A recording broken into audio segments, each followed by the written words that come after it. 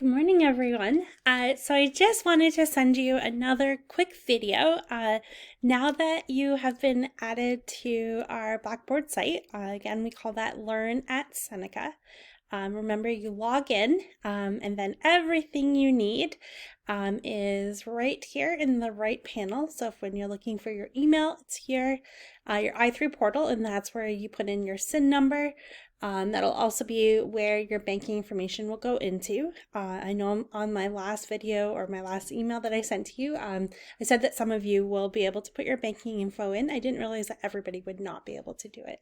So you'll be able to do that in January when we're back. But everything you need is going to be in your i3 portal when it comes to anything that has to do with HR. The other thing that I wanted to show you, now that you've been added to various courses as a teaching assistant from previous semesters. A lot of you sent me emails letting me know that you were able to find courses in the drop-down menu up here. I just wanted to show you a trick of how to move content from one course to another. So I'm going to show you from way back in the day, from 2019 fall semester, just so I don't mess up anybody's courses that are currently studying with us.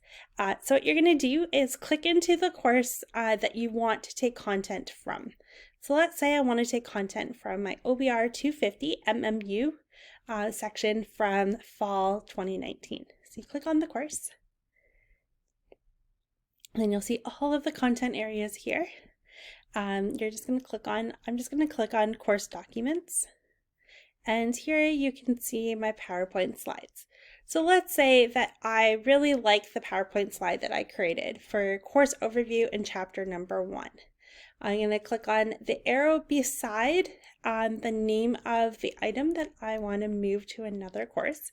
So click it on it, and then you can click on move or copy.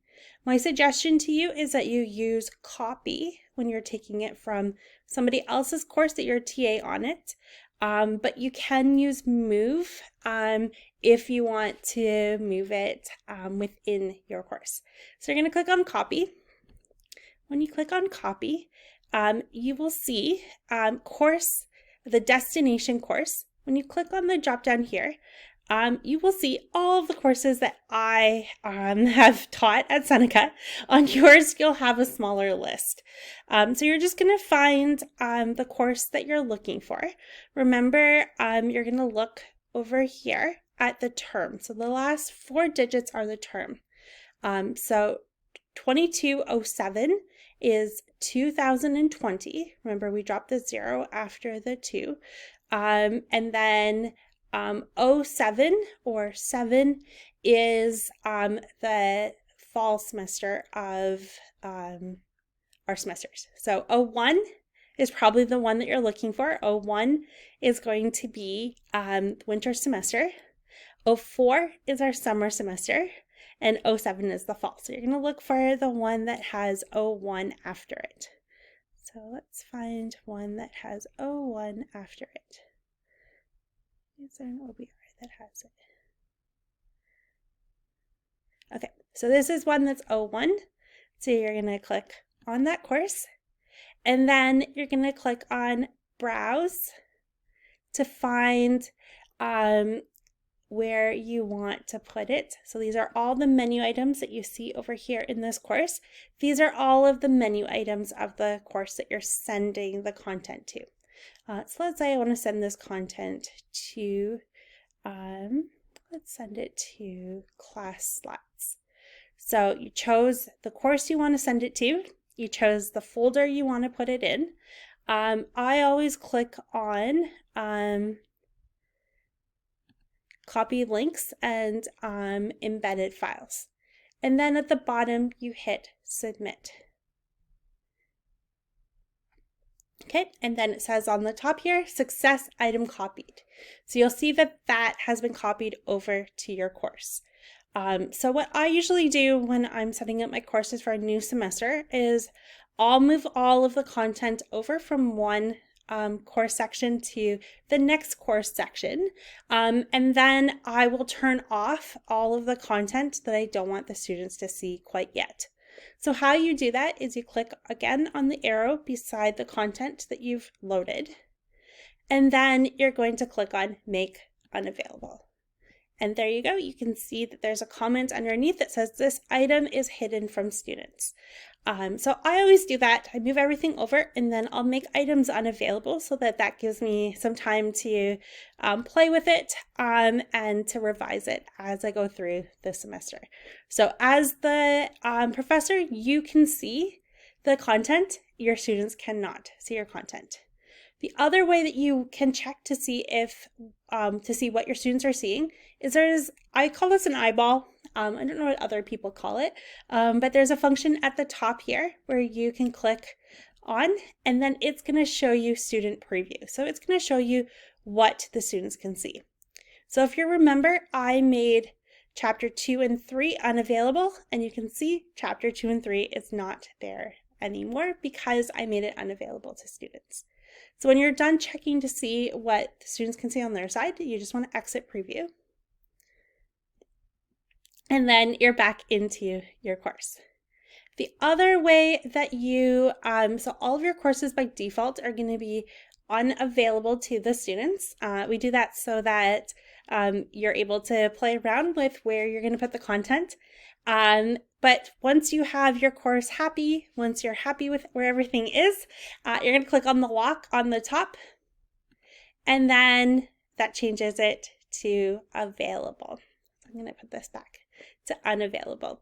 All right, what else would you need to know in Blackboard? So if you want to add a content area, on the very top there's a plus sign. You're going to click on that, and then you can add a content area. And the content area would be one of these menu items here. I think that's probably it that you need to know from being able to move content over. In January, when we have our orientation, I'll show you some of the other functions you can do within your course, and how to set up things like discussion boards, blogs, journals, wikis. So I'll show you some of those content areas. But I think over the holidays, you likely just want to be looking at your slides, building your slides. Remember, you don't have to have everything completed over the break before you teach the classes. I suggest that you just prepare the first week. It's going to make your weekend between the first week and the second week a little bit busy, but it's always nice to get to know your students before you plan too much. So the first week of lessons, you should spend time getting to know who your students are. So what are their interests? What are their backgrounds? Why are they taking the course? Remember, most of our students, the courses are required for them, but they might have something they're really interested about. So being able to ask them why they're in the program, what are their career aspirations, what kind of jobs have they had, what kind of experience have they had. The first week should be you testing to see their prior knowledge. Because you might find, and I always find this every semester, that my students really surprise me as to what they already know. So in the first week of class, I like to do kind of like a fun Kahoot kind of quiz with my students to see what they already know. And then I like to play that same quiz in the last week of class to see the progress that they've made. And they enjoy seeing the progress that they made from the start of the course to the end of the course. So there's lots of ways that you can engage your students to get to know them, get to know what they're interested in.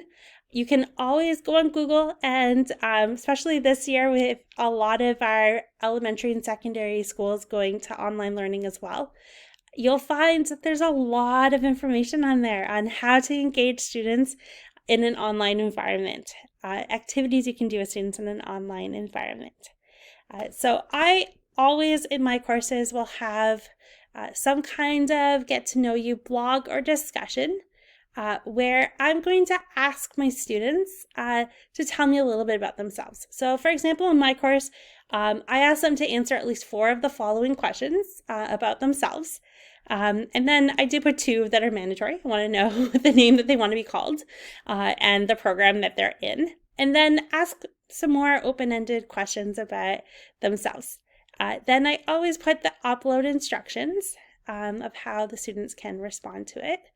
And then you should be creating some kind of learning environment for your students. So you should post the answer. So here are my answers to the questions that I posed.